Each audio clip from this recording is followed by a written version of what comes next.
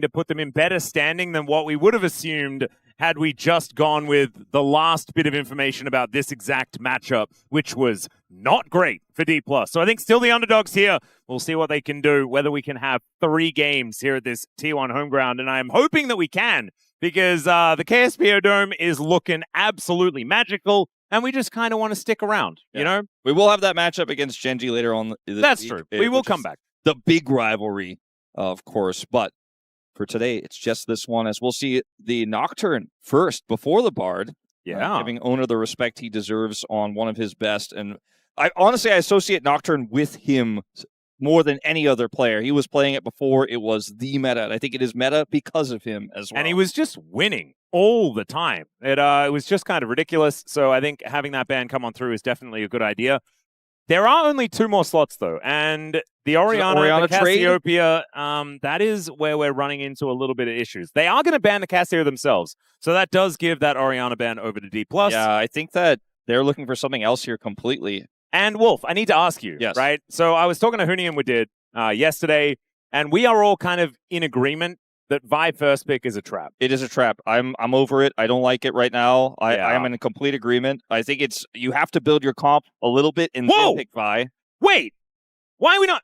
Well, this is rule number 1. So I think they were thinking about, if there's no Nocturne ban, we might get the Lucian early. We're considering also, of course, the first pick Orianna, if that's left available. But you're not allowed. Oh my God, they didn't even pick it. I know, they could have even gone for first pick Jace for Doran. There's a lot of counter picks in this matchup right now, but he's been one of our best Jace players. But ultimately, they give it to POM back to back in Keria here in this first pick, and see what Dplus respond with here. Without the Nocturne, a Lulu lane feels a little bit less good, and they banned the Shen. So it kind of feels in some ways like Dplus fell into a bit of a trap here, just trying to get rid of Peyz's Lucian, which is also a good idea. ShowMaker will remind everyone from the last time they played against each other. Yeah, I think the Orianna, a very good idea. The Jhin going to be locked in here to just free up some space on the bottom side of the map is the way I feel Jhin has been utilized more recently. Allows you to play towards that top side a little bit more effectively because he is so self-sufficient down there towards the bottom side, and provides a lot of utility later on. If you want to run a Ziggs draft, which, you know, everyone knows I'm not the biggest Ziggs person right now. You could Vi Ziggs here, and now you have a Vi draft, and now Vi makes sense. But instead, with the lane prio they're hoping to achieve here with this Camille, looking for Faker's Locke, potentially here. And look, do you know what this is? And I want to say this slowly. I want this to sink in, everyone. I have a feeling I know what you're going to say, but I want you to say it. Brospiration.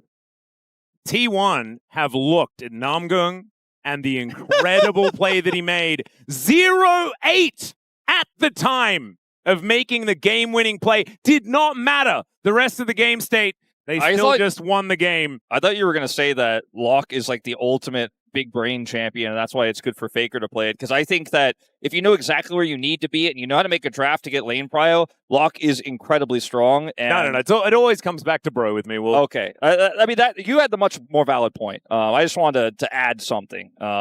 As Vi will get taken, so even though it wasn't the setup I was expecting, it's still a Vi draft here with the Camille. And Jhin will be the answer here for Lucid.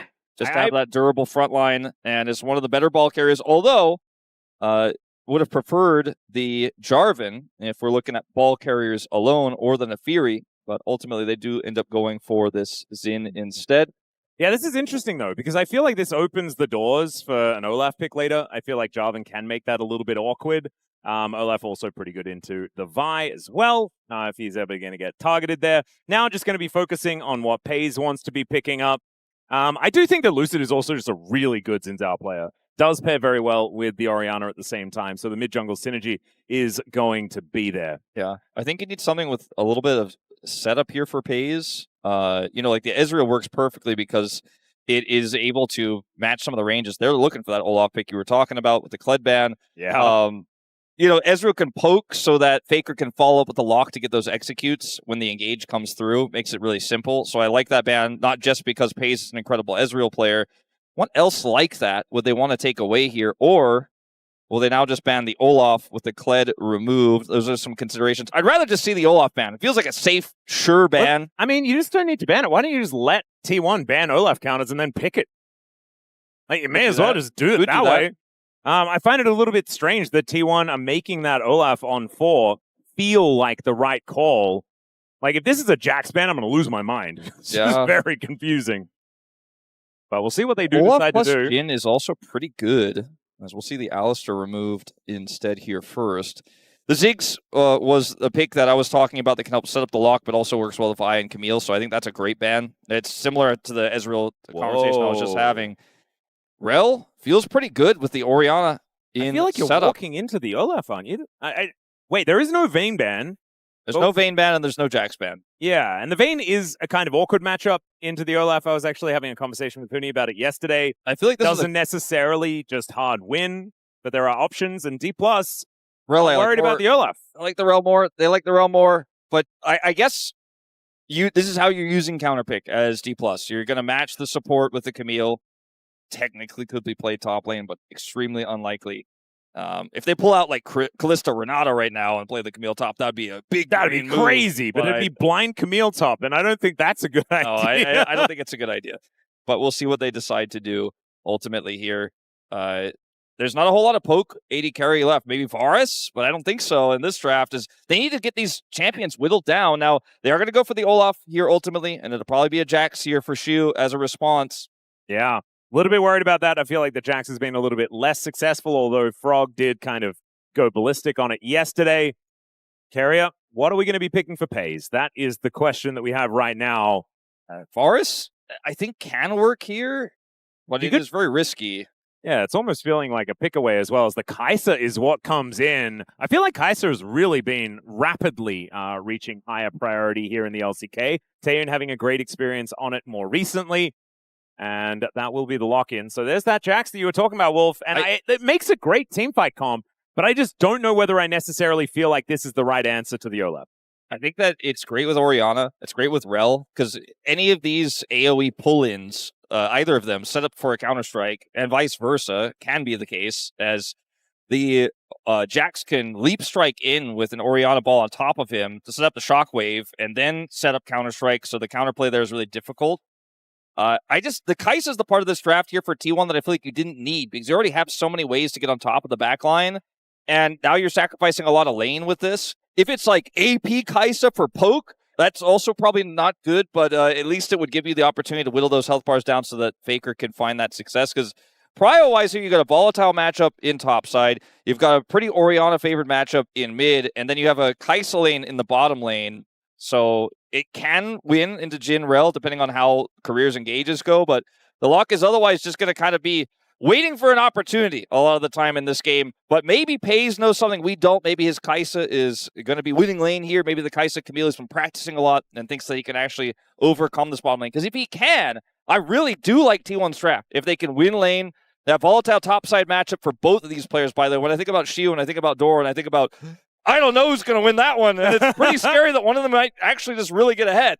Yeah, I mean, this is the thing. This might be a game that's just won on the top side of the map because we know what Olaf can do if he gets ahead. We have seen more and more of them struggle as people sort of develop their idea on how this matchup works. I feel like the way Frog played it yesterday, though, was just exceptional. Let's get on to the Rift, though, for game number 1. 미니언들이 생성되었습니다.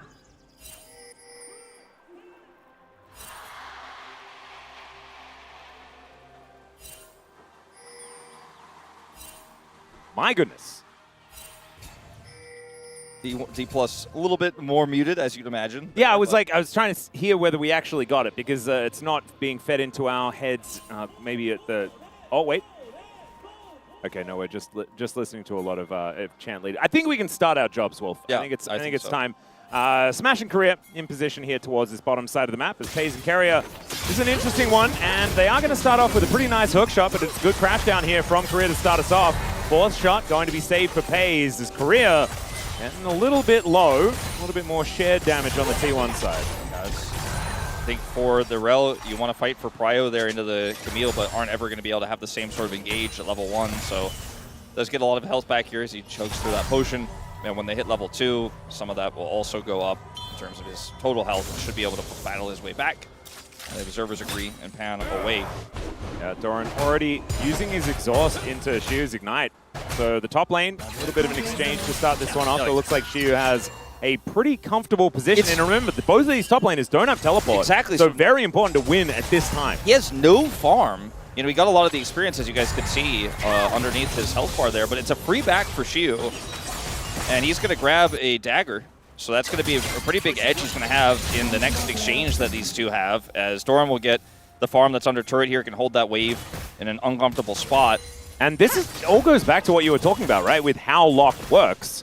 You want to have priority in your lanes in order to allow for dives, for roams, and all this sort of stuff, extra positions on the map. Faker right now doing a decent job in lane, but it is ShowMaker that's winning these health trades as another Counter-Strike comes in. Siwoo is just empowering the flash forward, gets the flash out of Doran, Leap Strike comes in, one more, it's first blood! Siwoo is going to go down, it's a 1-for-1, but remember, Doran's only got 7 farm! Yeah, he only got 7 of those CS and it's there. Pushing back. It's pushing oh my back. god! And you know, now he doesn't have flash, and Jax has leap strike, so he has just more agency in general in the matchup, as well as the fact that look who's on the top side of the map right now. It's Lucid, so he could take this scuttle crab and then just come immediately top side there and challenge Doran on that wave.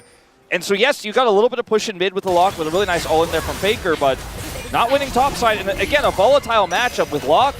That's a really, really tough one for how the win con is either going to work out, or in this case, likely not to. But like I said, Lucid topside here, Doran going to find out. Yep, he is thinking about trying to put a ward down, but it looks like Lucid's position was given away. He just can't farm, Atlus. He can't. Like, this is the thing, because Lucid could be there, no matter what. And he is going to get some vision down, but this is a disaster. If he had died there, the game would be over. Oh, yeah. Like, but it at just least would have been over. At least he didn't, right? At least he has that knowledge, right? Oner was bottom side, and he's like, look, I don't have vision top side. Now Doran put a ward down, but until that moment, it's like, there's a pretty high chance he's right there with how Siwoo has his wave set up, so Doran just has to accept that he can't get that money. This is really frustrating. So we're going to go back to the initial exchange here between these two. Actually, no, I thought we were going to go back to see how they use their sums, but Doran just gets counter-struck as in the bottom lane. Yeah. Here's dead. Going to be Keria with the kill onto the Rell. Not entirely sure how that happened to begin with, but definitely a good start here as far as the bottom lane play for T1. Keria just back to his POM ways here at the home ground. Yeah. My guess is that Keria turned a flash of Career's engage into his own engage. So Career wasted. I think Career probably first to move. Let's see. Yes. Career first to move on this one, looking for a backstop. And Keria is right here. Yeah, cute idea, but not exactly one that was going to really work out. It's Peyz who helps get that extra shot in, so the Ignite takes him away. Oh, in the meantime, Faker taking a bit of damage here in mid as Keria does show up, fresh from base. But looks like Faker is doing just fine. Only 5 CS down. Pretty happy about that. Into the ranged matchup. Peyz 75% win rate here, 12-4. He was a LCK. big winner on Gen G during the Kai'Sa meta. And JDG as well. I feel like he did like to play this champion, but not as much success as when he was with Gen G. That's true. Kai'Sa was very meta during the year he spent at Gen G and fell off a little bit since then. So that's why you see some of those numbers there. Might actually be, funny enough, like one of his lower win rate champions. Yeah. for that year, anyways. Well, Keria's moving up. Going to take a few nails here from Faker, but it looks like nothing too much Lucid. going to happen.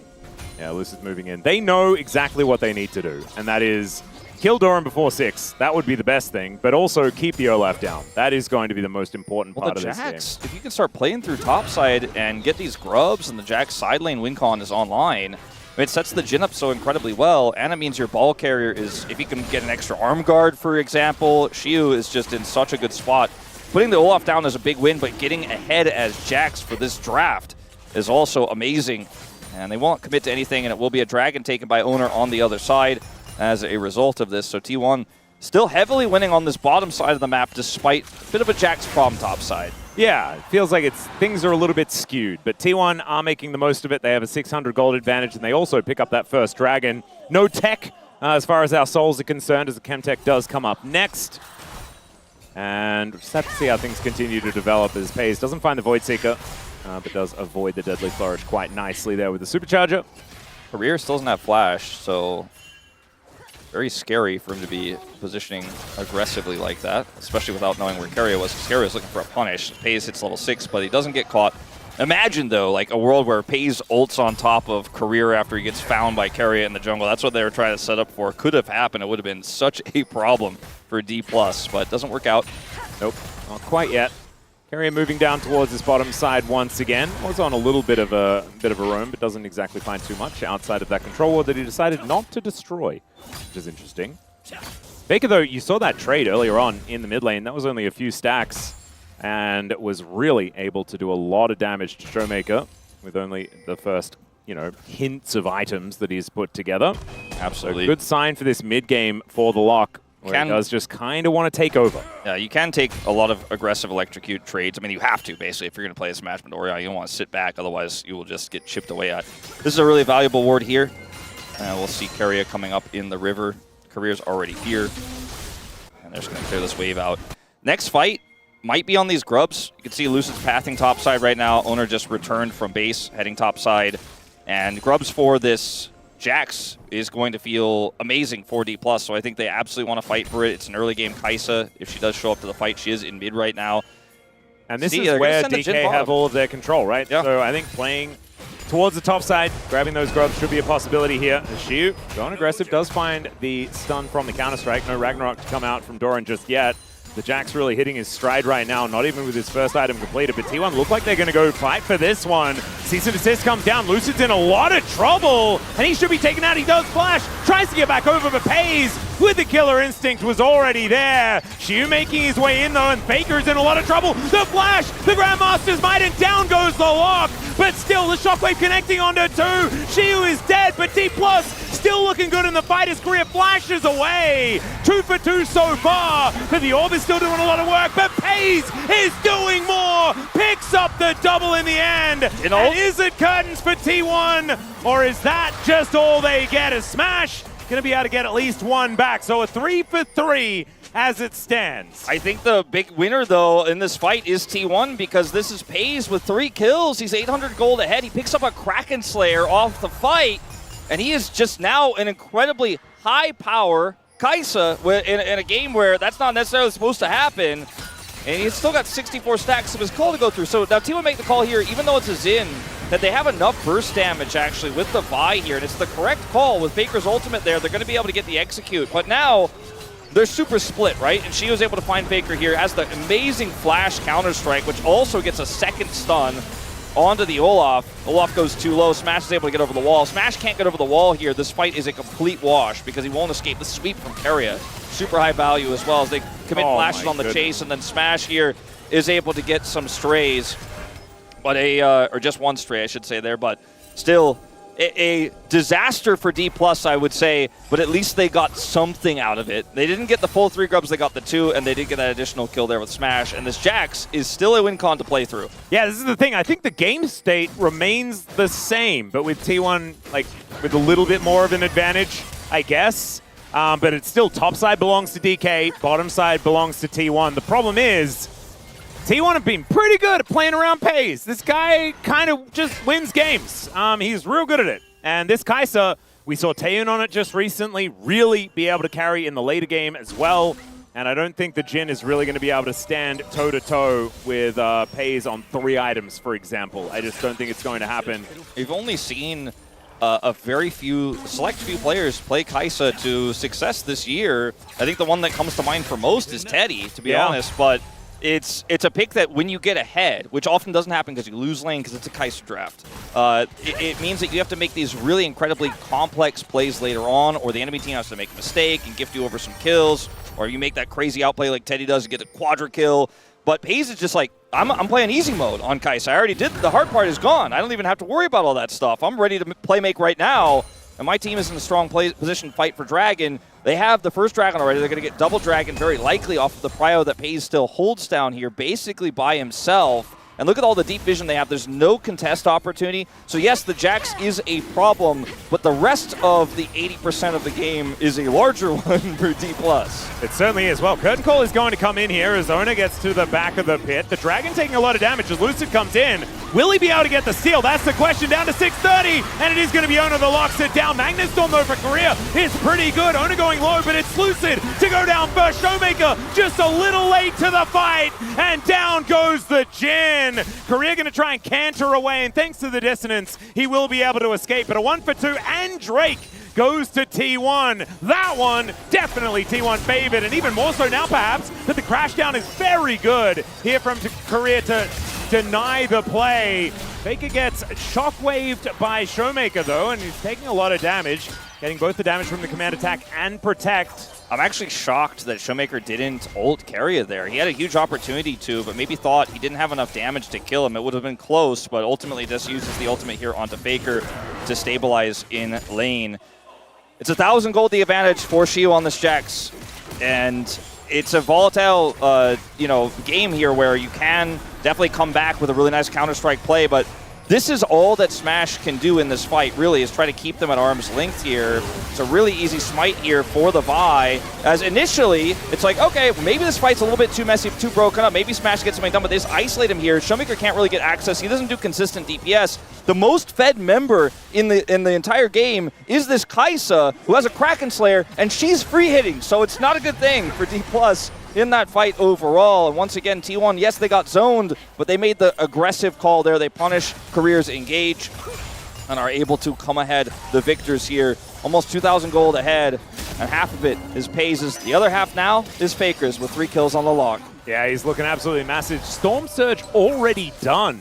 A lot of the time we do see very early Lich Banes to come on through, but this Storm Surge that's been the development more recently is really doing a bunch of work. Execution is the name of the game, and Faker already 3-1-1, getting a couple of those executions so far in this game. As Smash does complete his cull, as you just saw on the screen, and so Peyz's lead is going to be a bit smaller until he takes 16 CS, and then it's going to be much larger again. Yeah, you can see that cull completion even on the graph. Yeah.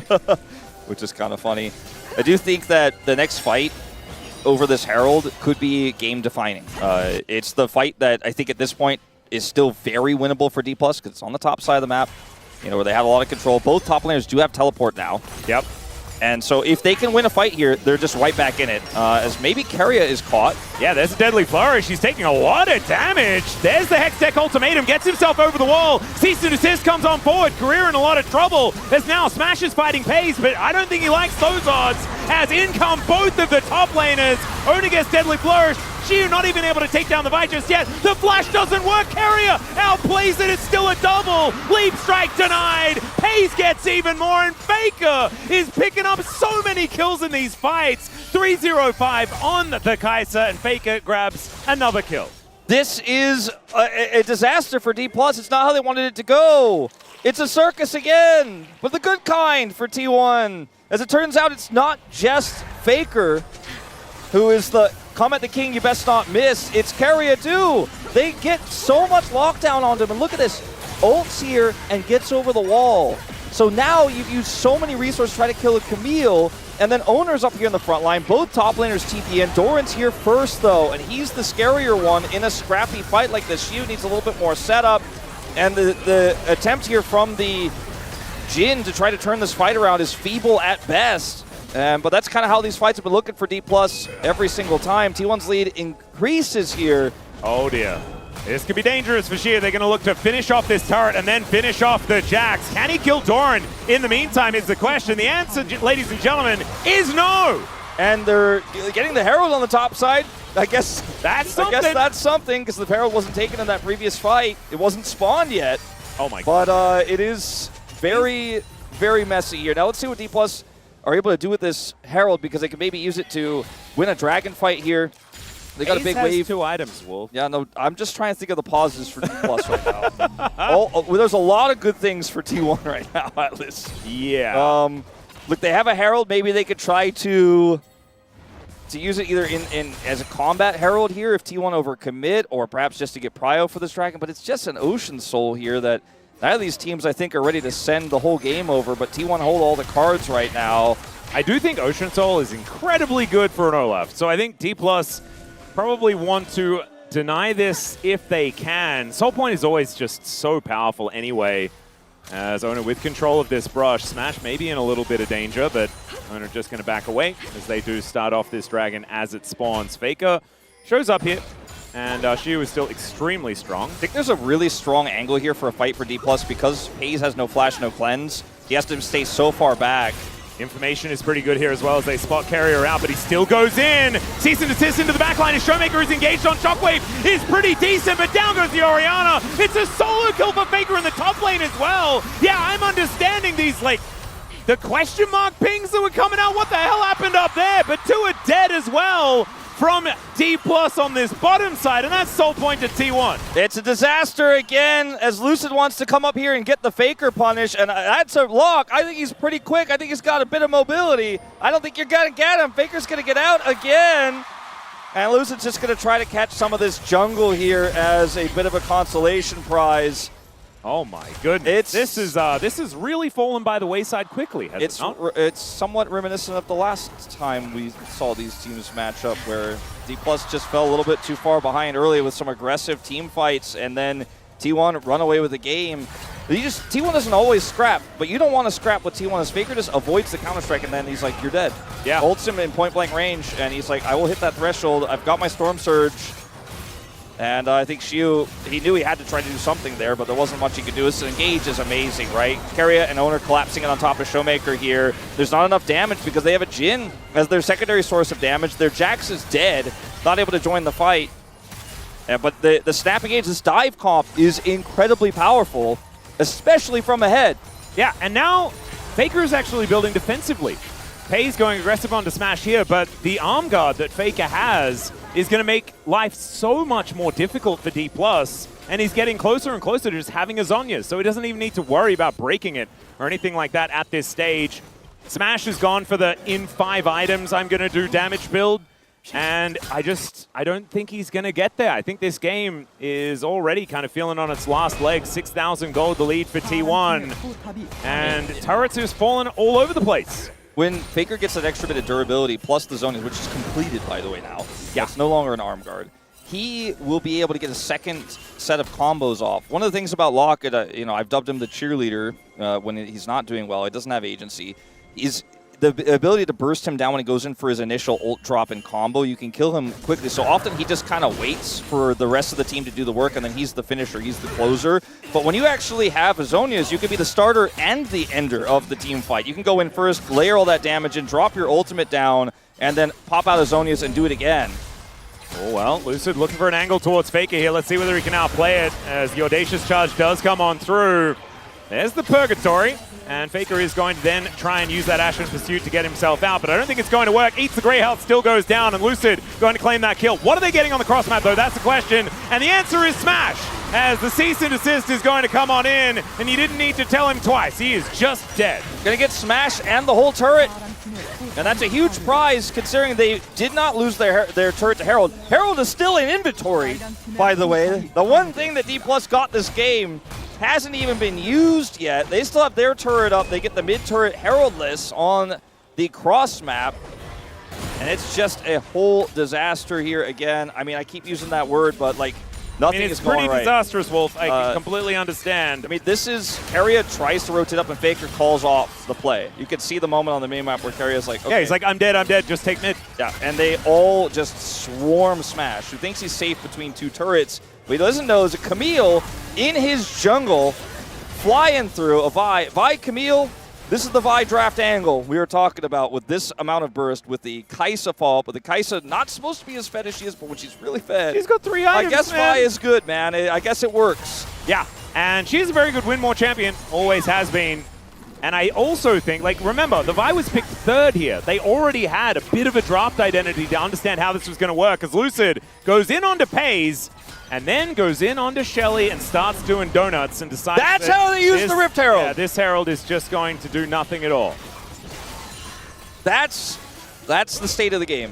Yeah, that's the state of Dplus right now. Not really understanding what they're supposed to be going for, not able to use their resources all that effectively. And when you're this far behind, I mean, we're not going to give them too much beef for it, but it is a bit problematic. ShowMaker's also pretending to be Ryze and Cassiopeia, but is instead a Clockwork Lady. And I don't know whether I like the build as much, but he is going to be quite tanky and will be able to avoid death from Faker relatively effectively as well. I think at this point, for Dplus, you have to build like this as ShowMaker, and you have to hope that even though you have to put yourself in harm's way and play greedily and play riskily, that you can have one shockwave that sets up a Rell or Jack's follow-up, because you have to win this game off a mistake from T1. If they're too clumped and you have that one opportunity, that one moment, you can steal this game away because this comp is incredibly powerful even from behind if it can wombo T1. But T1, I don't think are going to give you that chance. I don't think they're going to give you that opportunity, but you have to pray for it if you are Dplus, because that's the one way back into this game is some sort of crazy setup. Yeah, but I just don't think they have the damage, right? Especially if this Ocean Soul comes in for T1.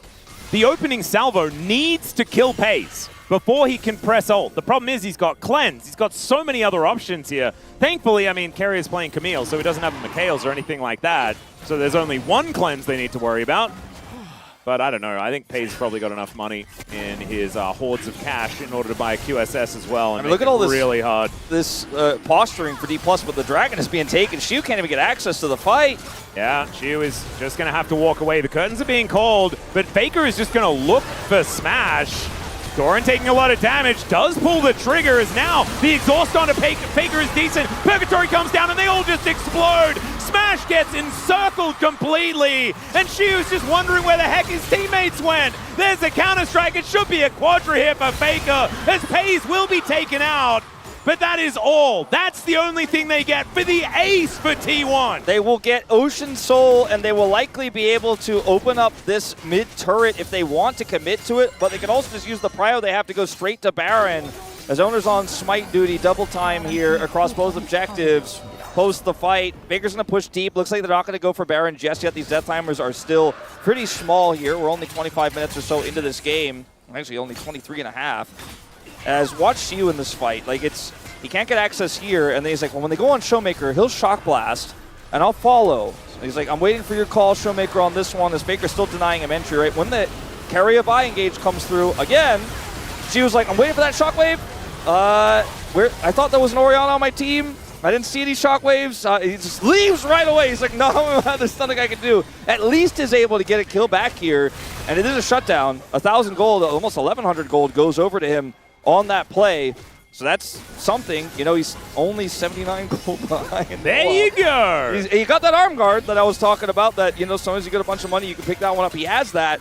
And again, we're going back to square one here, where Dplus have to go for some sort of Hail Mary and look for a wombo. Maybe even starting the Baron if T1 back here away and looking for that kind of crazy turn could be the way to steal this game away, as Siwoo has top damage in the game. Just hasn't really seemed to matter, as he spent a lot of the game just smacking Doran around. Doran's 6-2-8. Like, the scoreline looks great. Unintentional rhyme, I apologize. But it hasn't really... It's funny because Siwoo is still just so massive here in this game. Just quietly in the team fights, Doran's making it happen. Oner finding an angle towards Keria, though. There's a great Shattering Strike to try and get rid of the Vi, but he's still taking so much damage. Crashes away, and there is Faker with the execute. There's Lucid also throwing out his ulti, but I just don't know whether it's going to be enough to save Siwoo, who's on the other side of the fight, just dying. Oner going to Volt break him, and down goes the Jax once again. You almost killed the Olaf, but he had flash, and you didn't. And so, didn't even get anything on that side of the fight. And it's a 9,000 gold lead. Yeah, it's a 9,100 gold lead. I don't know, I had to follow up with something. Yeah. As they get the Baron, they push it to 10K, they're going to get this inner. And now we're just reading gold leads, and we're reading the obituary of Dplus, so there's no way back in this game anymore. Even if you get a wombo combo, I don't think you can win a fight. Like you said, the damage is so minuscule. And this is one of my favorite things as well, because I feel like this has been a plan from T1s from the very beginning of the draft, right? With their ban strategy, it is bait the Orianna pick, and then use it to give Locke a lane that Faker is very comfortable playing. I don't necessarily feel like this is like Locke favored or anything, but it's very obvious that Faker is super confident in this matchup specifically, and man, have they really gone to town on it. Yeah, Siwoo doesn't have flash to follow Doran there. Doran just heals back up. Now they've got Ocean Soul. I've had it for a little while here. Faker shouldn't have been given the nail gun, Wolf, as Lucid is in a lot of trouble. Shockwave does come on through, though, and Faker will be shut down. Clockwork Wind-Up going to be helping out there as ShowMaker does get that kill. Can they punish Doran? I don't think so. He doesn't have flash, but he has his ult. He's level 17 to Siwoo's level 15. Siwoo is winning by like 2,000 gold in this game. It's insane. Doran really has just become a behemoth in the later stages of this one. 11,000 gold A lot of it is thanks to his teammates, but Doran has been a huge benefactor here as 2 Siege minions looking to take down this bottom inhibitor turret, and everyone else on T1 is looking to push through mid. And I don't know whether Dplus are going to be able to do anything about it. Doran does take a lot of damage from ShowMaker here. Siwoo is so mad. He's so ready to just fight whatever's in front of him. Yeah, he really is, but unfortunately for him, I don't think he's going to ever have another chance in this game. And T1, I mean, they haven't been able to end the game. There's an Orianna on the other side, so the wave clear is pretty intense, but this was a bit overzealous from Faker. Look at how far away Keria is. I think if Keria is a little bit closer here, this is so easy, but he just gets Crescent Guard denied, or the follow-up is Crescent Guard denied as ShowMaker shows up here. So, I mean, it's pretty close by, but it just doesn't matter, you know? Like, if this was a game-losing play, people would criticize Faker for, oh, maybe he should have realized, but like, it's just not. Yeah, he's laughing probably in the death chamber. He probably doesn't care at all. It's a 3,000 gold lead for just Faker. Over ShowMaker right now, this Orianna is so far behind here in this game as they are going to look for an engage onto Peyz. He's going to go golden, but I don't know whether that's going to be enough to save him. As down he will go, Distance is going to be there to finish him off. I mean, if a few more of these mistakes happen, then we can start talking about it. Is there an elephant on a ball balancing somewhere in backstage? Like, I'm a little bit interested in how this one's sort of moving right now. Well, I think in this moment, Peyz might not have been able to correctly breathe fire. Oh, no. Well, Doran is just going to look to dive on top of ShowMaker, and that is going to be a mistake. And he just runs his way out of there. Successful escape, but he is going to have to avoid a few of these shots. Oner just gets in front of the Olaf and is able to defend him. That would have been very comical if that still somehow killed him. But bounty gold, you know?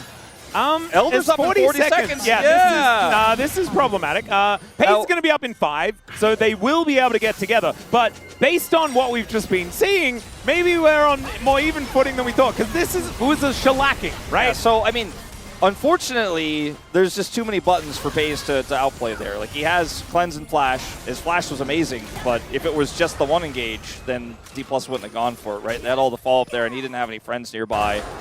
And it was a good play from Dplus. I would say if you're Peyz, you're just trying to maximize your advantage in that moment, and got a bit overzealous just like Faker moments before. They still get prio for this Elder. Doran is showing up here. He does have TP, but won't even need it looks like here. Now let's see who they kill this time with the Vi Camille engage.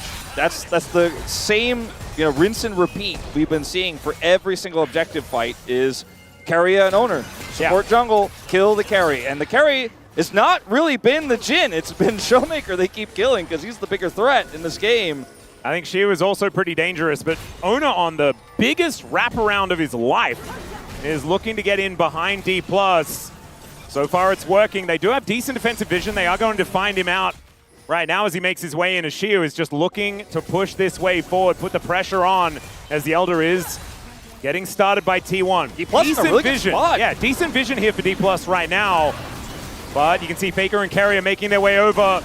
The Purgatory combo alongside that Hextech ultimatum is so dangerous as there's the cease and desist. They do try and flash their way. There's the combo! He's going to be the target. The combo in the backline, though, is massive. But still down go the carries. Lucid is pushed away. She was still at full health, but he's missing all of his teammates. Lucid going to try and escape, but there's a counter-strike and a dream here for this Jax. And unfortunately, it's going to turn into a nightmare as Lucid's going to escape. But I mean, where are you going to go, my friend? Maybe to game number 2. Yeah, I think you and I are on the same page on that one.